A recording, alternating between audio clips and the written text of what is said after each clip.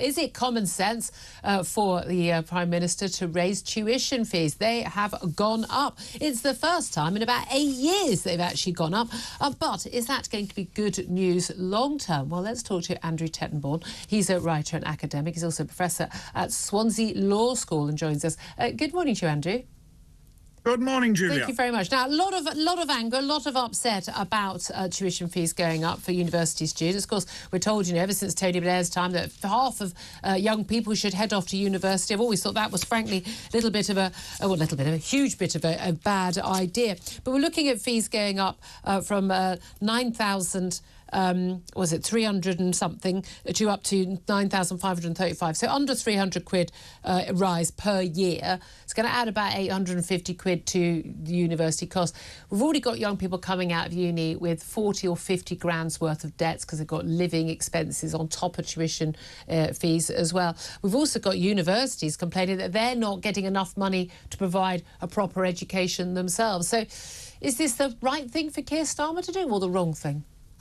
Well, it's the right thing, and there are really two questions you've got to tease out here. When it comes to raising the prices, it must be right, and actually I think Bridget Phillipson does need congratulating for having the courage to grasp this political net. That's the Education Secretary, yeah. That's right. Well, they haven't gone up for 7 years. Telling any institution that it has to hold its prices indefinitely when its costs are going through the roof simply is unsustainable. It won't work. So we clearly had to raise fees. They may very well have to go up further, whatever the government says. If they'd gone up with inflation since they were last set, which was, 2017, they'd be something like 13,000. So universities need the money. Well, you say they need the money. I mean, universities are, since lockdown, have moved to huge amount of tuition. I mean, do tutorials, lectures on Zoom. They're barely doing any in-person teaching. I've spoken to a few people who graduated recently, and I'm horrified by how little in-person teaching they got. They're paying their vice chancellors 300, 400 plus grand to do what? You got to wonder. They're not providing a great education anymore. Why do they need to have more money?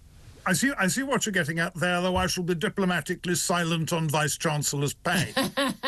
But when it comes to what universities are doing, actually, even after COVID, they have been reduced to reducing the quality of teaching. You may remember, for example, the sort of small group teaching and everything else that people told you was the beauty of an English university education.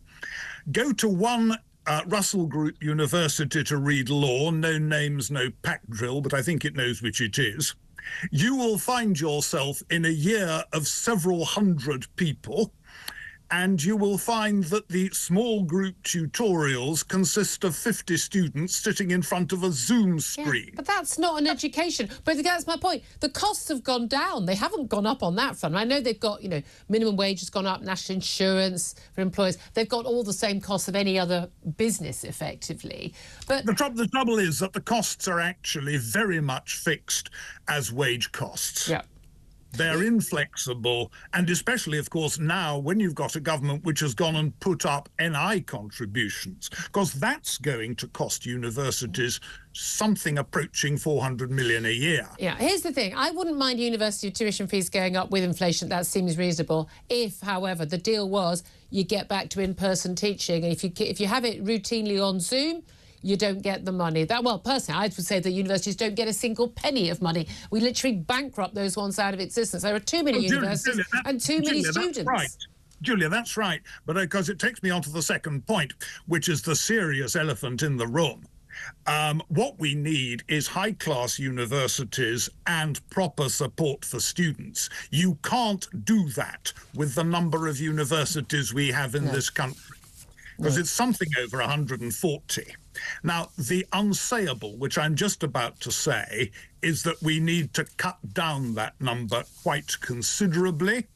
We need to say that a number of institutions which cannot attract students except by making offers at something like DEE need to be politely told, well, very sorry, we'll not support you. Obviously, we'll support the students currently there. But when the present lot of students have gone through, sorry, guys, you're on your own. That's what a really brave Secretary of State for Education would do. Yeah. I suggested in The Spectator yesterday that really would be something impressive for Bridget Phillipson. Yeah, I couldn't agree with you more on that. They're all obsessed with everyone going to university, thinking that someone getting a degree in frankly media studies is included in that, is actually going to get them a decent job. And actually, huge number of people are getting degrees that are not even worth the piece of paper they're written on. I mean, unlike me, I got a full maintenance grant to go to uni. I was paid to go to uni. I still came out with I think £5,000 in debt, but that was mostly alcohol. I'm not. You're quite right to say that. Actually, that's the other sort of dark secret of universities. There are far too many people from very modest backgrounds being told by well-meaning schools, look, you really got to go to university. You won't get a decent job if you don't. OK, you said you're not really sure what you want to read. Look, here are some suggestions. That is what is seriously cruel. Absolutely. People with a working class background go off to a university which you don't want to go to, which may very well not do you much good, and come out with a debt north of £40,000. And in 10 years' time, still from some universities earning less than you would have if you weren't a graduate. I'm also very concerned for taxpayers because this is a Ponzi scheme. We are looking at, a huge number of people don't pay back their full fees. I mean, they've said they're lowering the salary at which you start paying it back and lengthening the amount of time you pay it back for. Huge interest rate. It's well over what most people are paying on their mortgages, well over inflation, over 7%. I mean, I just think the whole thing is a complete con. What we need to do is probably halve the number of people going to uni and offering more support to those that have got the grades, and make it worthwhile for them then. But Andrew Tettenborn, it's a really interesting perspective. Very interesting to talk to you. Thank you very much indeed.